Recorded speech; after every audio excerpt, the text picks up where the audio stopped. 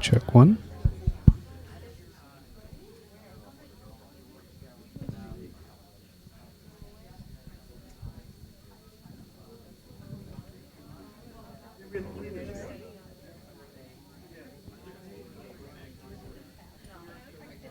Another hour.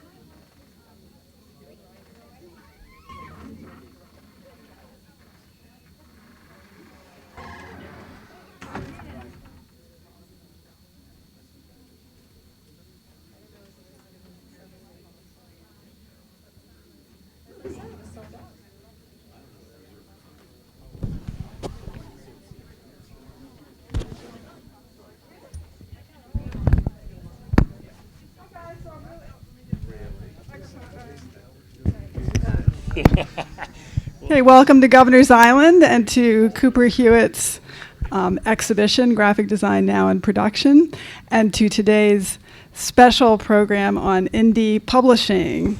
So we have three amazing guests who are going to talk to you about how they became authors, editors, publishers. They come from all different backgrounds, from editing, from illustration, from graphic design and creative direction. And they're each going to do a short presentation about their work and show you some of the things that they do. And then we're going to have a conversation with you and with me and with them about how to be a publisher, how to be an author, how you get to kind of make your dreams come true in print and other media. So our first speaker is Stefan Bucher, who's an illustrator, artist, graphic designer, and author.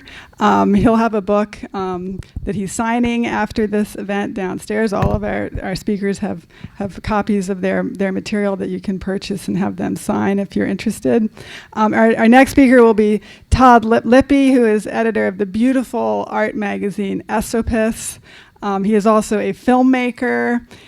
He has edited many magazines and used to be editor of Print Magazine, where he and I did some things together. So it's been very fun for me to watch his career evolve in such an interesting direction.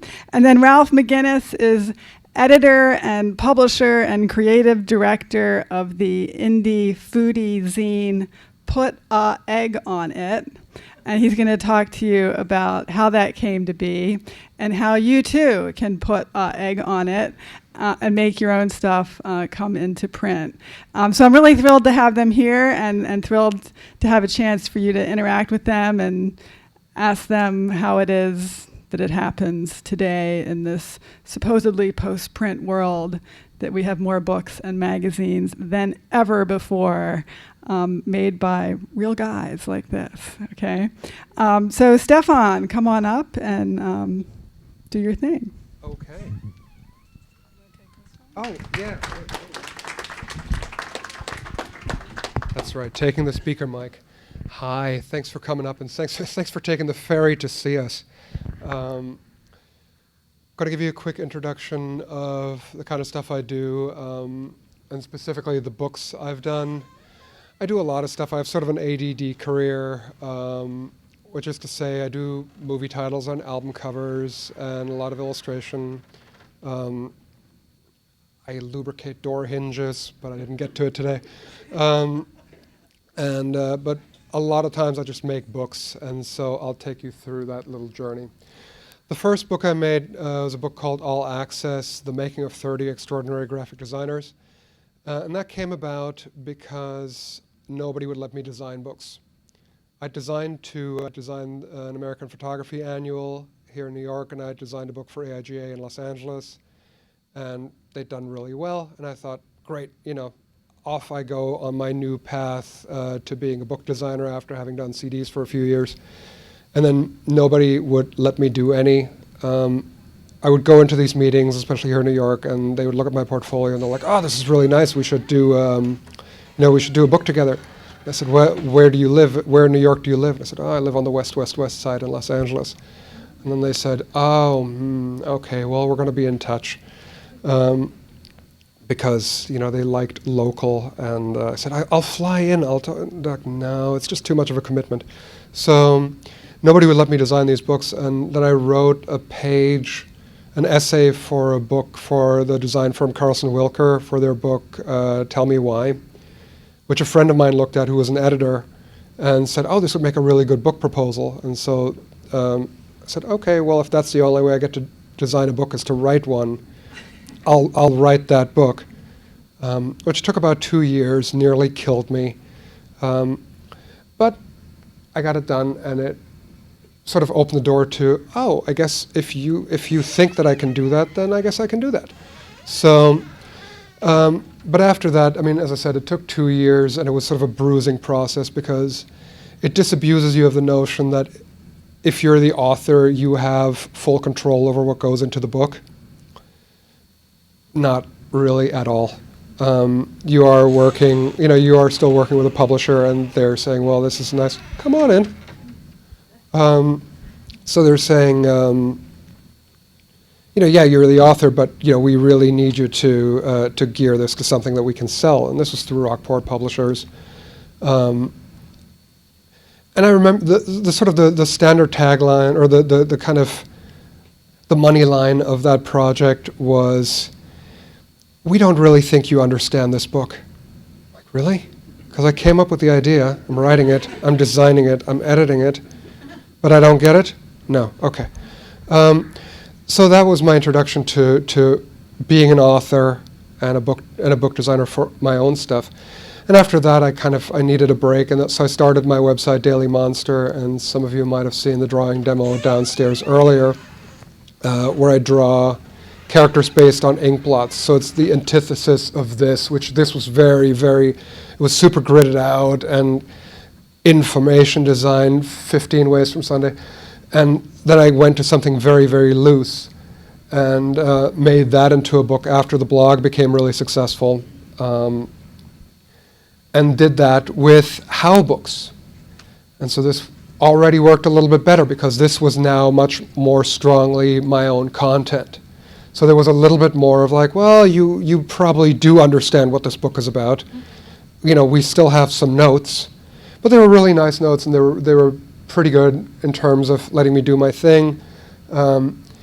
As always, we had a little bit of a disagreement on the cover, which seems to be just the very nature of working with a publisher, is that they leave you alone more or less on the insides of books, but then on the cover, everybody in the marketing department especially needs to get in on that.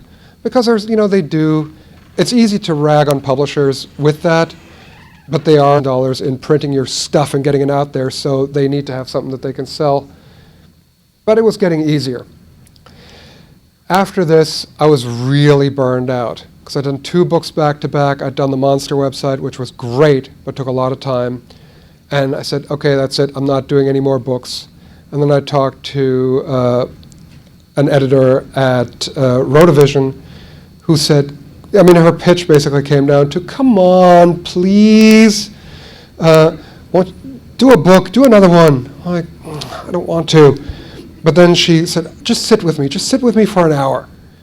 And then we started talking about some ideas, and it turns out that we had both had contact with American Photography, and then all of a sudden I was making a book of photography by graphic designers, because I know that all my design friends take photos and sort of fancy themselves. If only, the system is rigged, if we could only get our photos published, we're just as good as real photographers. So I thought, great, I sometimes think that way too, so I'm going to gather everybody's great photos and edit this photo book, because I like editing photo books. And that got picked up by Chronicle. It was published originally in Britain by Rotavision, and then got picked up by Chronicle in San Francisco, which was interesting because I got to design 2 covers for my own book. And usually as the author of a co-edition coming from abroad, the author is in no way involved, but they had known me from some books that I had designed for some of their other authors. So they sort of begrudgingly said, well, if you want to design the cover for your book, I guess that's fine. And I have to say they were really nice to work with, and they were actually pretty good. And it's interesting to see the people that work with, that just put hundreds of books through versus dozens of books, that they also get much more relaxed about what they're putting out, and they get much more relaxed about working with authors, and they're sort of more like, great, this looks good, you know what you're doing. So after that I said, I really am not going to do another book because it's too much work. And then I got into a really bad breakup that sort of really put me through the ringer, and I met through a book signing for the How book, for the Monster book. You can sit there. It's actually, that was one of mine, go for it. And through signing for the Monster book, I met a Marine who said he was a career nurse and he was getting all kinds of crap because he had never done any basic training on a boat, which they're supposed to do. And I said, well, then why are you telling people? And he said, well, because of the medals, because they get the service ribbons. And he said, well, people can read my chest like a resume. I'm like, oh, isn't that interesting? And then a few months later, I was sitting on another sort of bad first date, and I thought, oh, we need this for dating, so that I can look at somebody across the table and I can go, oh yeah, okay, you have the Distinguished Service Cross for being in a relationship longer than 5 years. You have the great athleticism star or whatever. Okay, So I was like, and the sad thing is that I was on the date, and that the girl looked at me and she said, "Oh, you just had an idea, didn't you? Like this is going to be your next book, is it?" No, what? Sure, yes. And it was, in fact, we never met again. And I tried to invite her to the book party, and she was like, "Never contact me again." Like, okay, geez, sorry. Anyway, thanks for the book idea. And the whole book is to explain it, as I realize I haven't, is medals for achievements in love and dating. So it's the Persistent Online Dating Campaign medal is sort of my version of the Purple Heart. And they all are completely full of little details. For example, it has a little binary 1-0. It has an old Tandy computer. The blue is for Vista. I'm sorry, the blue is for Mac OS, the green is for Vista, and the black is for Linux. And there's a whole bunch. There's the Advanced Gallantry Cross. There's the Honey Bear Medal for nickname assignment, that sort of thing. So it's all that. And I thought, okay, well, who can I publish this with? And I gave it to Knock Knock Books. And if you know Knock Knock, they do a lot of cute notepads and greeting cards and the Hypochondriac Bible and that sort of thing. And it's all gift items. And so they distribute not so much to bookstores as to gift stores. And I thought, with some of the books, it's been tough to find the market for it because they're more design than books usually are. Maybe a gift publisher is going to be the thing. And that turned out to be not at all the case. Sadly, they let me do a really beautiful book. They were they're super creative, and there's a little bit of a risk in working with people that are also themselves authors and illustrators, because then you're very close in your opinion. And so there were a lot of very fine-grained discussions, which was interesting, which I hadn't expected. And I should have, because I have an opinion on everything, so if I'm working with other illustrators, they hate me by the end of it, because I'm like, oh, I don't know, that hair over there, maybe if you could just move it over a little bit. And I actually wanted to initially get somebody else to illustrate this book, and I burned out 2 illustrators.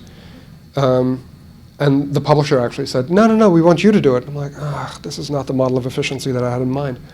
But okay. So I did that, and then after this, I was like, you know what, I've had it with this, with taking notes and with working with people and getting my things adulterated. I'm going to make my own damn thing start to finish, and I'm going to make a big, big monster book, because I still wanted to do something with those illustrations. And so I made this portfolio, which you can also see downstairs in the show.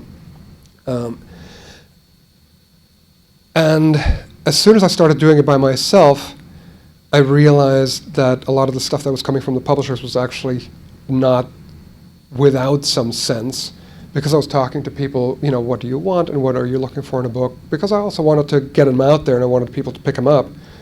And the first thing that happened is that they said, well, we don't want to have a big book because you read it once or you look at it once and then you put it on the shelf and it's a beautiful object. But if you make it a portfolio, then we can frame the pieces. And from that came the size, which is 12 by 16, because that's an Aaron Brothers standard frame. So you can pick up the thing and you don't have to pay a whole lot to get them custom framed, so you can just pop them into those things. The case is made from Dupioni silk, so that when you hold it in the light, it'll shimmer and shine, and it goes from that sort of beige to a pink. And I went to my bookbinder and I said, I want to have a cloth that's kind of like an Arnold Palmer. But that doesn't exist because it's difficult to weave, and so the Dupioni was cool. And there's a magnet closure, and there's all kinds of tricky things and embossing on each one of the pieces, like a little embossed seal for my company, 344. And what I realized is that I need a publisher because I drive myself absolutely batshit insane. Because there's no end point. Because I would just work on it, work on it, work on it. I had the pieces, I had all the black done in 4-color black with an extra hit of black on top of it. And then I went through hundreds of sheets. The edition size for this is 100. And so I went through thousands of sheets picking the prints that I liked, that didn't have any little inclusions or dots. And I used a recycled paper, but there were some inclusions in the paper because of that. And so I spent a few days, weeks, I forget now, with an X-Acto blade digging out the inclusions so that it's pristine. Because it's not cheap, it's $344. And so I wanted nobody to get the thing and say, oh, I paid all this money and it has an inclusion, that's no good. So I basically went round the bend on it. And the reason I'm charging so much for it is not because I want to make a buck off of it, but because I want people to cherish the object. And for a lot of people, that's easier when they've paid a substantial amount of money for it. And they were expensive to produce, but that was mostly the idea behind charging that much money for it. But as I said, I noticed that it was insane. I went insane and I needed a publisher. And then I had one more book in me. Oh, and by the way, why did I make it 12 by 16? Why did I make it so big? Is because I'd done this book for Tarsem, the director, for his movie The Fall. And it got bigger and bigger, and this ended up being 14 by 17, and I just loved that format, and I wanted something that was equally substantial. And Tarsem wanted it that big because Max Vadukul had done a book that was slightly smaller, and he's like, I'm not going to let him be the Indian director with the biggest book. And I like that logic, and so that's why I pushed it. And again, as after every book, I'm like, I'm done, I'm never doing this again. And Nikki McDonald from Peach Pit approached me and said, you want to do another one? And so what I also do is with every book, I go into new genres so that I can never possibly learn anything that I can apply on the next book. And I have to completely start from scratch. And so I wrote a self-help book. And this is the one that's downstairs, called 344 Questions. And it's the whole book is a giant flow chart of nothing but questions about your life and about your career as an artist and as a designer, as an illustrator, or just a creative person. So you can it's a shrink in a book.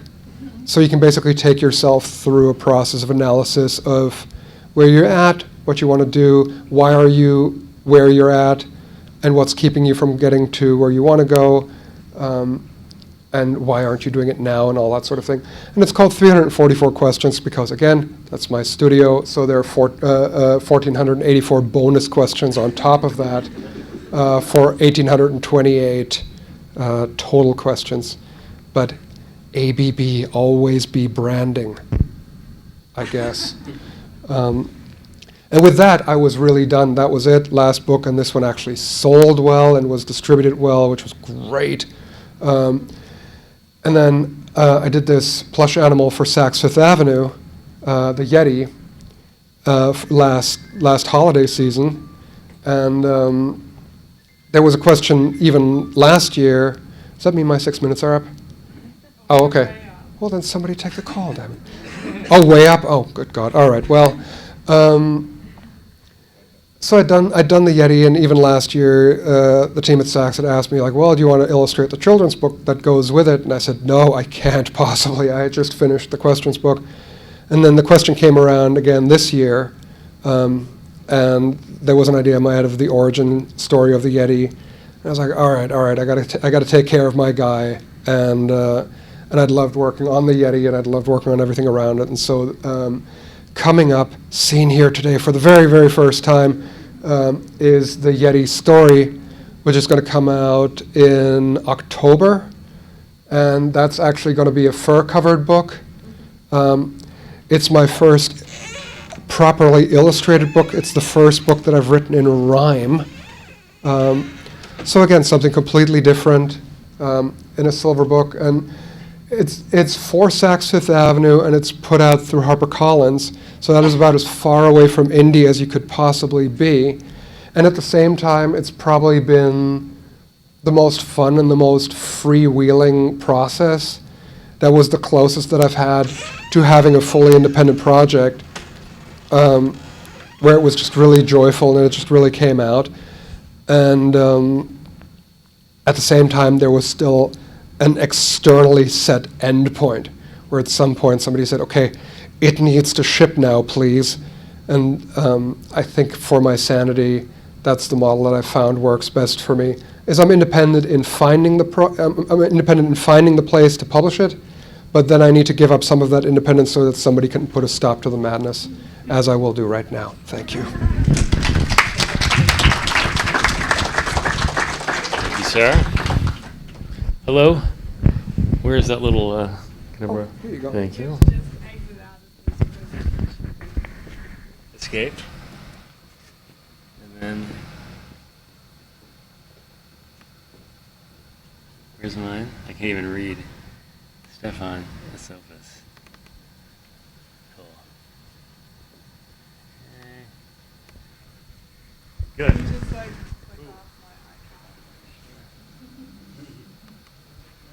Hello. Where should I go? Oh, perfect. Hey, I'm Todd Lippy. I started a Sophus magazine in 2003. I had various motivations for doing so. I'd been an editor, as Ellen had mentioned, at print, and I'd started a zine in the early 90s called Public Sphere, and I did another magazine called Scenario, and I love magazine publishing, but I also felt that I had issues with it. One of them, the biggest for me, was advertising in magazine publishing and its sort of undue influence on editorial content. So when I did the magazine, I decided the first thing I was going to do was not have any advertising at all in the magazine, which was a big decision to make, because if you're familiar with most magazines, it's really about advertising revenue at this point, generating income. So that was the first decision. The second was I wanted to make something that was very affordable, so that even though it's very nicely printed and has different paper stocks and inks and various kinds of bells and whistles, it originally sold for $10 a copy and now it's $14, but that's about half of what it costs to produce. But the idea was to make it very affordable so a much wider range of people could read it. The third thing was I wanted to make it accessible. And I guess part of making it affordable was making it accessible, but I also wanted to make sure that it was something, even though it's an art magazine and a design magazine and a film magazine, I didn't want it filled with jargon that would make it kind of off-putting for people who didn't have backgrounds in any of those various disciplines. So the magazine is really pretty much just about its content. There's very little editorial overviews of anything. There's no critical writing at all. And usually, I'll give you a sense when we jump inside, but it's usually just about letting things sort of work on their own terms so that you can approach them on your own terms as a reader and an audience member. And the final thing was I really wanted it to be something that was eclectic, that wasn't just one kind of magazine. If you go to Barnes & Noble or any other bookstore, you'll go to the newsstand and there'll be the design section and the film section and the music section, the poetry section.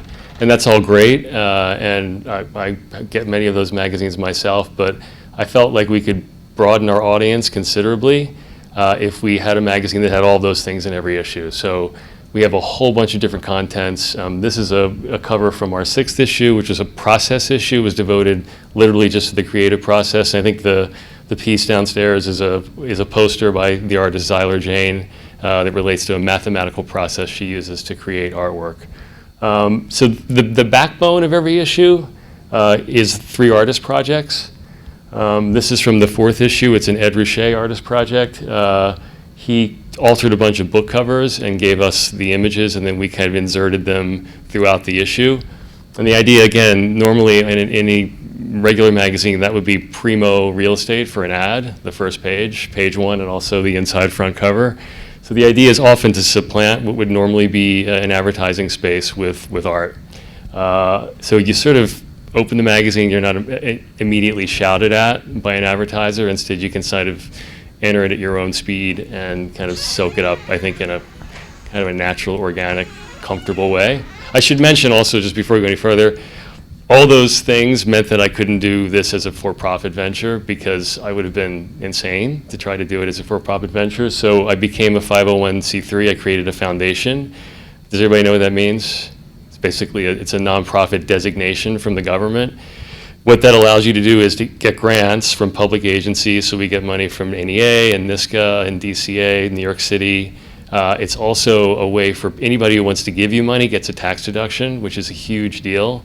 People are very charitably inclined, but I think they're much more so when they can get something back for their contributions. So that's how we've survived. And basically, we can afford to charge much less for the magazine because we can supplant that income with revenue from, the Andy Warhol Foundation, the NEA, and individuals who give us money every year for a fundraiser. Anyway, so this is an artist project from the 4th issue. We do 3 in every issue. They're usually fairly long form, up to 16 pages. This is one by Kerry James Marshall in our 14th issue. You can see we like to use different kinds of inks and varnishes, different paper stocks. That was on newsprint on the right. It was a comic book that he created for us. We can do, this is a Jenny Holzer project in our 3rd issue. This is probably the most challenging thing we've ever done, and it involved using something called photochromatic ink. Jenny was working with recently declassified government documents, and this is 2004, and it was the Abu Ghraib memos from Albert Gonzalez to, Rumsfeld, et cetera. And so basically found an ink that activates with sunlight. So the issue when you got it had blank pages, and this kind of speaks to my desire not to tell people what they're about to see or interpret it for them.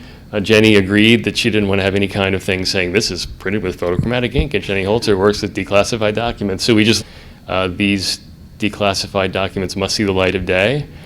And we had, I probably 30 people emailed and said, I have a defective issue, there's nothing. I said, just go outside, you'll figure it out. But I think it's very important to give readers that sense of agency, particularly for something so crucial as this, understanding what your government's doing behind your back, essentially. And it's a very powerful feeling when you open that page and you suddenly see this ink appear. So that's the kind of visceral experience I really like to try to engender with the magazine. This is a project by Sarah Malikoff, who's an artist based in Boston. We do very well-known artists like Jenny Holzer and Ed Ruscha, but every issue has one sort of better-known artist and then 2 emerging artists, and Sarah is a younger photographer. She does these really beautiful psychologically charged photographs of interior spaces, and she wanted to do something a little different. And I should also mention we're very aggressive in courting paper companies to get free paper, essentially. And in this case, she wanted to take elements from rooms and various photographs that she'd photographed and create sort of paper that felt like the elements in the room. So behind this, you can see this kind of a shuttered door. You turn this and you get this whole sort of sense of a shuttered element. And that paper was donated by a company in New York. This is from issue 2. It's William Christenberry, who's a photographer and a sculptor. He wanted to do something based on a tenant house that he'd been photographing for 40 years in the South. And he basically created this pop-up sculpture. This is another case of trying to be kind of crafty and figuring out how to do it much more cheaply than it would normally cost. This was going to cost us more than the entire budget for that issue of the magazine when we went to a paper engineer and proposed that they do it. So I talked to a friend who was a friend of somebody who does a lot of stuff like this, and he kind of guided us through how to do it and cut it out and make sure that it worked when it was folded up. And then my printer, who's very crafty in Winnipeg, Canada, found a group of Hutterite women. Do you know Hutterites? They're sort of like Mennonites. And they do incredibly detailed, meticulous work very cheaply. And they taped all of them together and taped them to the pages for literally probably, I think it was like 30 cents a copy, which is insanely cheap. We've used them many times since for other things like this, but they're great. This is not an artist project, but in our, I guess, our 16th issue, I'd run across a guy we had an event space for a while in New York, and somebody came by and said, I used to correspond with Ray Johnson, the artist, and I have tons of correspondence from him. If you ever want to see it, it might be up your alley. So he came in with this huge suitcase full of incredible artwork that Johnson had sent him over the years, and we decided to do about 18 of them in facsimile in a pocket so people could take them out and actually feel like they had the originals. It's very important to me in the age of sort of digital publishing to try to create a visceral experience, a tactile experience for readers, and I'm obsessed with archives and archival material. So this was a really great opportunity to make the most of that kind of connection to materials as opposed to just sort of reading something. And again, it's not, my desire is always not to design so much as to sort of disappear as a designer and let the work, whatever it is, kind of work on its own terms. And this was a great opportunity to do something like that. We do something with the Museum of Modern Art in every issue called Modern Artifacts. Their archives has an incredible collection of ephemera related to modern and contemporary art. So every issue we take, the archivist there, Michelle Elligot, will pick an object or a series of objects and we'll do a whole thing based on it. This is in our 8th issue. It's a correspondence from James Lee Byers to one of the curators at MoMA over the course of maybe 10 years. And again, donated paper. We found a paper company that was pliable and willing to give us these stocks. They're beautiful sort of Japan papers, very similar to the original notes that were in the archive. We also do, one of my favorite things in the issue is almost every issue we do something from an unknown artist or maybe somebody who doesn't even consider themselves an artist. This is a 13-year-old kid named Alex Brown who's now 20 and in art school. But a friend of mine played basketball with his father, and he said to me one day, "You got to see this kid's work. It's incredible. They're these amazingly intense battle drawings, and they're really extraordinary." So we did a whole portfolio with him. We did an interview with him, which was really terrific. Great kid. This is probably one of the most successful sort of things we did along those lines. This was a guy named Mark Hogenkamp. Has anybody seen the movie Morgenthau by any chance? It's an amazing documentary, incredible documentary. In 2005, a friend of mine lived across the street from Mark in upstate New York, and he used to watch him walking a Jeep with scale model military dolls down the road in this very rural part of upstate New York. And one day he got up the nerve to ask him, "Hey, what's the story?" And Mark said, "Oh, I have some photographs I've taken of my town that I created in my backyard. I'll show them to you sometime." So he gave him the photographs, and he saw me, I think it was the next night, and it's one of those things where you see them and you're like, "Has anybody else seen these?" No? Great. Nobody else needs to see them for right now. So we did the first portfolio of his work, and they're extraordinary photographs. I mean, absolutely beautifully shot, incredibly charged. Basically, I don't want to spoil the story for people who haven't seen the film, but he was a guy who was almost killed by a bunch of thugs in a parking lot in Kingston and had very bad brain damage, and kind of came back by creating this little town that's sort of a corollary for his actual life with characters from his real life, playing out all these incredible stories, all based in World War II. If you haven't seen the film, I strongly recommend you see it. It's fantastic. We did a thing for a while with a guy named Alex Shear, who was a crazy ephemera collector, and he would give us an object in every issue. This is a license plate from the Vietnam War, and it was right around the time of the Iraq War, and people saw like yellow ribbons on cars and things like that, and it seemed like an interesting kind of echo of that kind of sentiment. So we did this, and that can be removed. It's in paper, but it's a very thick paper, so it kind of feels like a license plate. This is in our second issue. There was a guy in San Francisco named Johnny Bruton who publishes an amazing magazine called X-Ray, and he had found these cards. They're Vice Cop collection cards of prostitutes in California in the, I guess, 40s. And this guy, when he died, Johnny happened by the house and got these. And they're kind of beautifully designed and really kind of poignant. This one in particular, it's 2 cards from the same woman. And I only can show a few slides, but on the back she signed it slightly differently. So clearly sort of an indication of how grueling this kind of work could be for her. But I liked it because, you know, when you get magazines and you know what blow-in cards are, is everybody familiar with that? You know, the subscription cards that fall out and fall into your lap. And I was thinking this sort of slutty, like they're constantly jumping out in your lap and kind of assaulting you.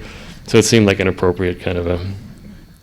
in every issue we do a thing called 100 frames, where we'll take 100 images, still images from a film. Generally they're films that haven't been distributed that well in the US, if at all. This is a great movie called La Ciénaga by Lucrecia Martel, who's an amazing South American filmmaker. And we'll just do, either it'll be a contiguous series of stills, or it'll be sort of a selection of stills, and this was the latter. We also do essays by people who, various practitioners. We've done essays by Christopher Wheeldon, who's a choreographer, used to be for the New York City Ballet, Jennifer Tipton, a lighting designer, famous lighting designer, This is David Quarfoot, who's a cruciverbalist. He writes crossword puzzles for the New York Times. And he ran through an entire construction of a puzzle from scratch all the way to the end. And then the puzzle, that and another puzzle, was put in the magazine for people to solve. It's one of my favorite pieces ever. We do fiction and poetry and theater writing. This is Stephen Adly Guirgis, a great playwright who's, did anybody see The Motherfucker with that last year? It was a great play on Broadway of his. This is a series of monologues he did for us called Dear Sissy, and they're in the voice of a very sad character who's lost his girlfriend. He lives in New York by himself, and he's really pathetic and really sad and lonely and very funny. They're hilarious, but also very poignant. And I said to Stephen, let's do something more than just print it. What could we do object-wise that would make it feel like it's something he really produced?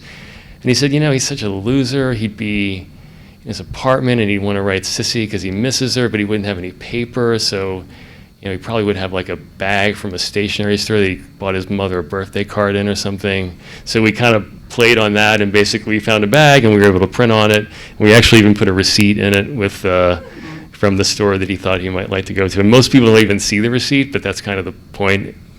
It's for the people who do. It's kind of the fun of doing this kind of thing. About every other issue, we do something called Guarded Opinions, where we ask museum guards to write about the work that they oversee. And that is really, really fun, because the editor of the series, Paul Vanderkar, said, guards really spend more time with artwork than anybody else, even artists, probably, because they spend years often in front of the same pieces of art.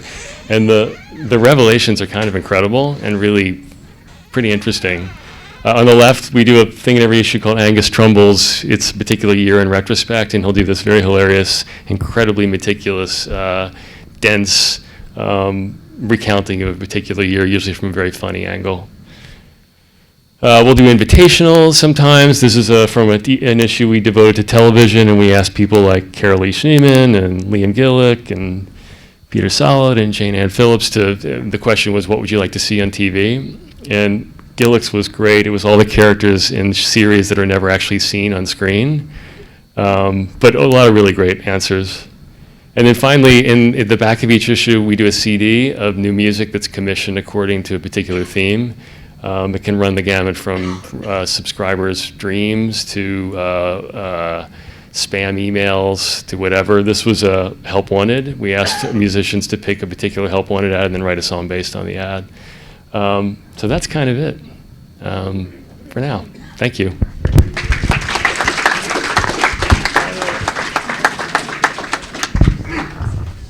Take the wand.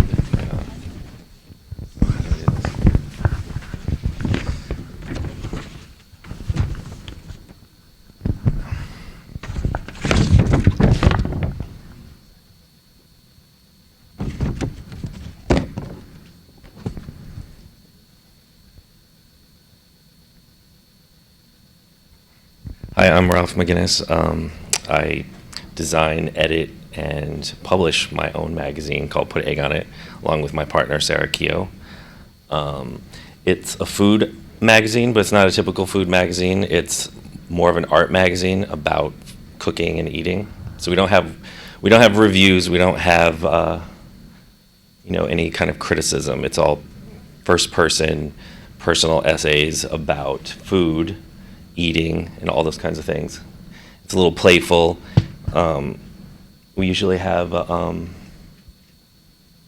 photo spreads of dinner parties, real dinner parties, interesting people, cooking for real. No set direction or anything, just reality. But usually interesting people. This is Justin Bond. I don't know if anybody knows who Justin Bond is. Very interesting person. This was in the East Village. At this building was the last remnant of the old East Village. This building where Mars Bar used to be, if anybody knows that. It was just torn down to build an ugly new building. It's really sad because everybody used to film on that corner to show the 80s in movies, but now they can't anymore. The 80s are now gone. They tore that building down. Put an Egg on It is kind of we envision it as being in between a zine and a magazine, because both of us are from a background in making zines.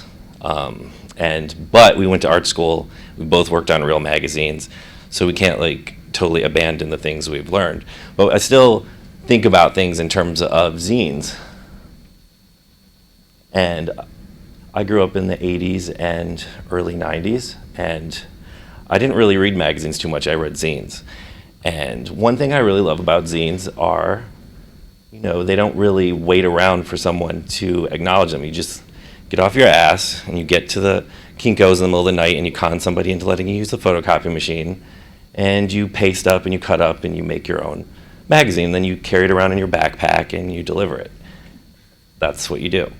And ever since high school, I was a little more rebellious back then, but I still kind of believe this, like, why do I need to sit around waiting for somebody in an office in New York City to tell me that I'm worth being published?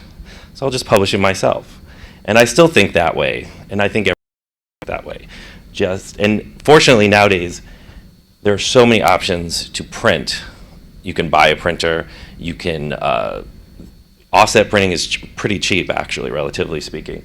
So if you want to get it done, you can do it, and there's many ways you can do it. One way, which I want everyone to know about, people don't seem to know about, is MagCloud, and it's totally free, and you download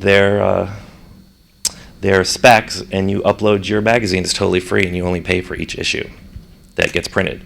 And the print quality is amazing, actually. It looks like a totally professional magazine. So that's free. We paid for our magazine with Kickstarter. We started it with Kickstarter. A lot of magazines are starting that way.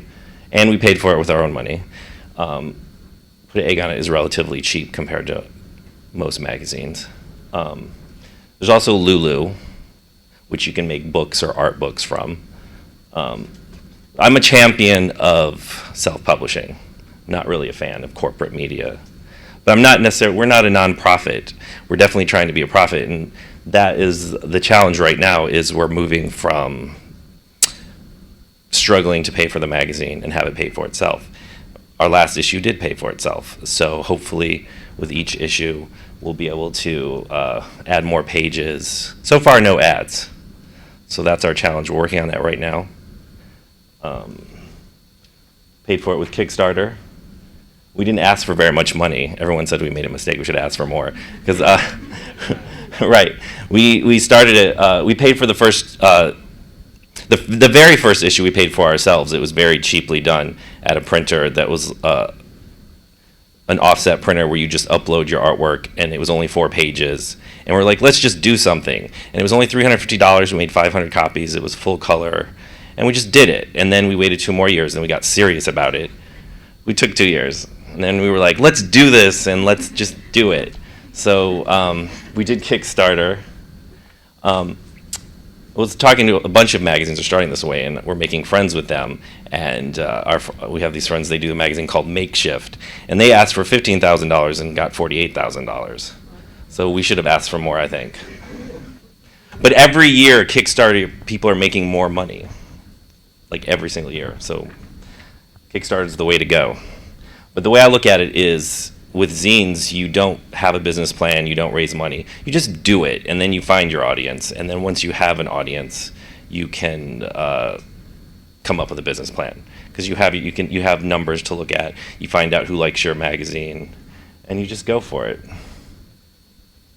This is our new organization, which we just started. This is why we're meeting a bunch of new magazines, because we're now trying to figure out business-wise how to keep going with our magazine.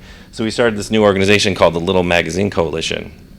And we've already had 2 meetings, and there's about 7 magazines, all who print under 15,000 copies, 2,000 to 15,000 copies. And we're all working together to try to create an organization where we can have the kind of power and influence to do things that big media does. Like have better distribution, how to sell advertising. I am not against advertising. We don't have advertising, but I agree with him about advertising controlling. I've worked at magazines before, and they're mostly controlled nowadays by PR people and advertising people. That the content is directed by them.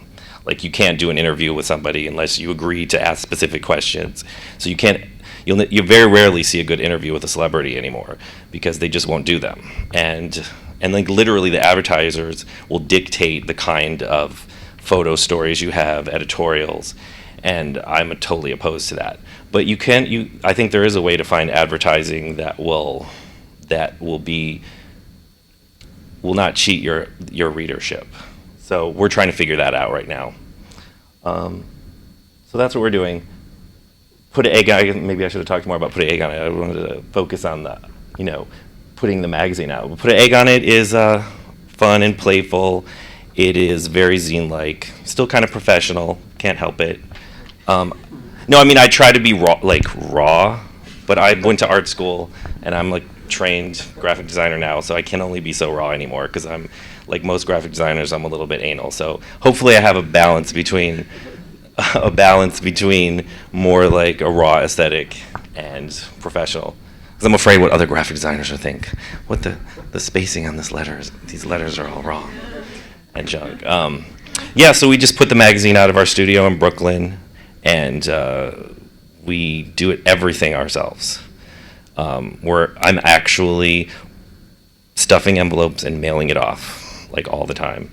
We're driving sometimes in a cab, we're driving the copies to the distributor. We do have a distributor. And anyway, yeah, I guess that's it.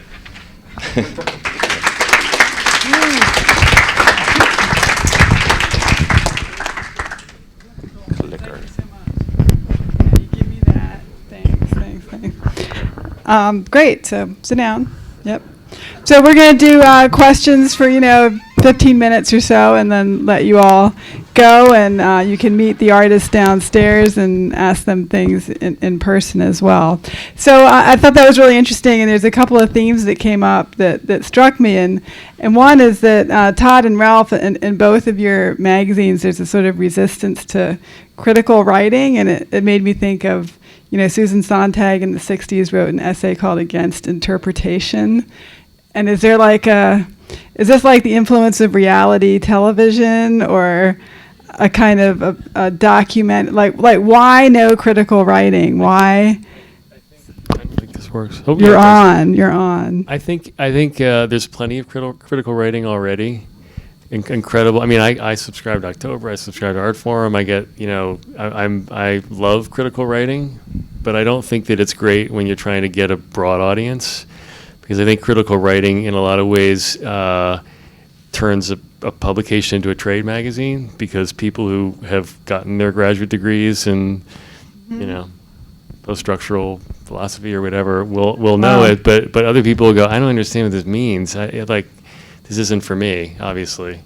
So I feel like, what we're trying to do is really create this much broader audience, which we've actually kind of managed to do, that are not artists or curators or critics or, city dwellers for that matter.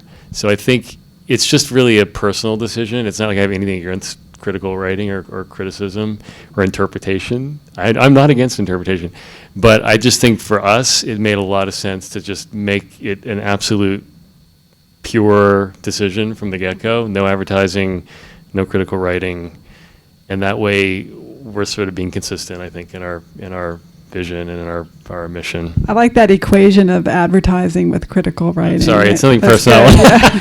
Do you want to speak to that, Ralph? Yeah, I love critical writing. I write essays. So You just don't want to eat it. No, well, no. Put an egg on it is it has nothing to do with reality TV.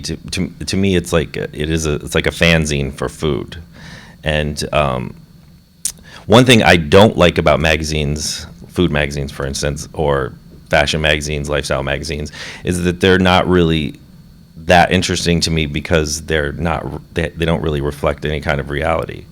And put an egg on it is like, I mean, we want to show that food is like, it's not about like how perfect it is, how good of a chef you are, like Martha Stewart, like how well your table setting is. That's not how real people live. But that doesn't mean a dinner party's not fun just because it's not decked out. So, and our writing's like that too. We like to have writings where someone describes something, interesting, but not necessarily typically food, like how you cook something. Like we have someone who writes about trying to find good food on the road. We have people he's a touring musician, so he writes about that. So we want to see different, examples of that. I'm definitely not against critical writing. I like critical writing, but we're just not that kind of magazine. That's all. Got it. Interesting. Yeah. And Stefan, I had a question for you, which is, it seemed to me that every one of your books had a different publisher, and was that related to your online dating experience? Like, can't you just settle down and... I'm a slut. No, you know what? It was, and I do feel a little bit bad about that, because there is this sort of nice romantic idea of some editor picks you out of a wheat field where authors grow, I suppose, and then you're nourished and nurtured by that publisher and by that editor, and it just didn't work out that way. Also because the projects are so different each, and I'm mildly intense to work with. So you sort of destroyed your relationship with each editor? A little bit. There's a little bit of a I'm friends with all of them now. It does sound like dating. No, God. We're just friends. Yeah, but we are all friends now again. And some it was great. We're like right at the end. It's like, this was great. We had this was excellent. Everybody loves it. I love doing the process. And then it's just on to something else that doesn't fit with their lineup. I've asked for several of them. I asked the previous publisher, is this the one you want to do? Or is this one that you would like to do? And they're like, yeah, we would love to, but it's not our list. Mm-hmm. And so because I'm so kind of mentally flighty, that's why I ended up with all these different publishers. So there's a few left for you to try. Yeah. Yes. I had a question about, I was interested in what Ralph had to say about zines and how you just carry them around and, bring them to whoever might want them. And there's sort of a question about audience and whether that matters. And I'm struck when I see this renaissance in book publishing and magazine publishing. It seems like there's more people publishing stuff than actually reading it. And does that matter? Is it really about I feel like with Esopus, for example, it is such a work of art. It almost doesn't seem to matter if anybody reads it, because just the fact that it exists is so nice, you know. I have this friend, Jeremy Leslie. He curated the show, mm-hmm. the show that is downstairs, and we were talking about because he's a designer, I'm a designer, and I have a very big pet peeve against graphic designers, and they talk about, I love this magazine, and I was like, you'll talk to them and you realize they never have ever read the magazine, ever. They buy it, they look at it, and they put it away. And I don't think that way. I don't buy magazines that look good as a designer. I have to be able to read it. It has to be a synthesis of design, and the writing, everything has to go together. Otherwise, I don't care about it. But zines are, I still think about things like zine-wise. I'm very confrontational about a lot of stuff. Like, I still have that, carry that with me. I get pissed off very easily by magazines that are, full of crap, and everyone's like, it's so great, and I'm like, what, do you want a job there? Like, it's not. I'm more interested in good editing, like putting something. When I say editing, I'm talking about putting something together in an interesting way. And if you have advertising that, like, you can tell when you read something that it's all choppy and messed up and it has no focus. Because, like Vanity Fair, for instance, it's a magazine I'm always railing against, because lots of brilliant work in the magazine, but to me it's just not interesting as a whole. If you have to keep flipping through, horrible photography by overpaid people, or ads, and you just have to keep flipping through it, and then you have my favorite magazine right now is Apartmento. It's kind of similar to Put an Egg on It in the way it's about reality. It does have ads, but even the ads are well chosen. Like, they have something to do with the content, and it's tasteful and stuff. Well, they have something to do with the content, but they aren't dictating the content. No, clearly. No, the advertisers in Apartmento really want to be in Apartmento. Right, and people that read shelter magazines, the ads are actually valuable content because it gives you sources and how to get things. I'd love to take some questions from the audience. I think there's some really interesting things about print on demand and Kickstarter that maybe people might want to know more what that is. Everybody know what Kickstarter is? That's, where you can get your friends to pay you to do stuff. Actually, I think I'm finally getting on Kickstarter fatigue.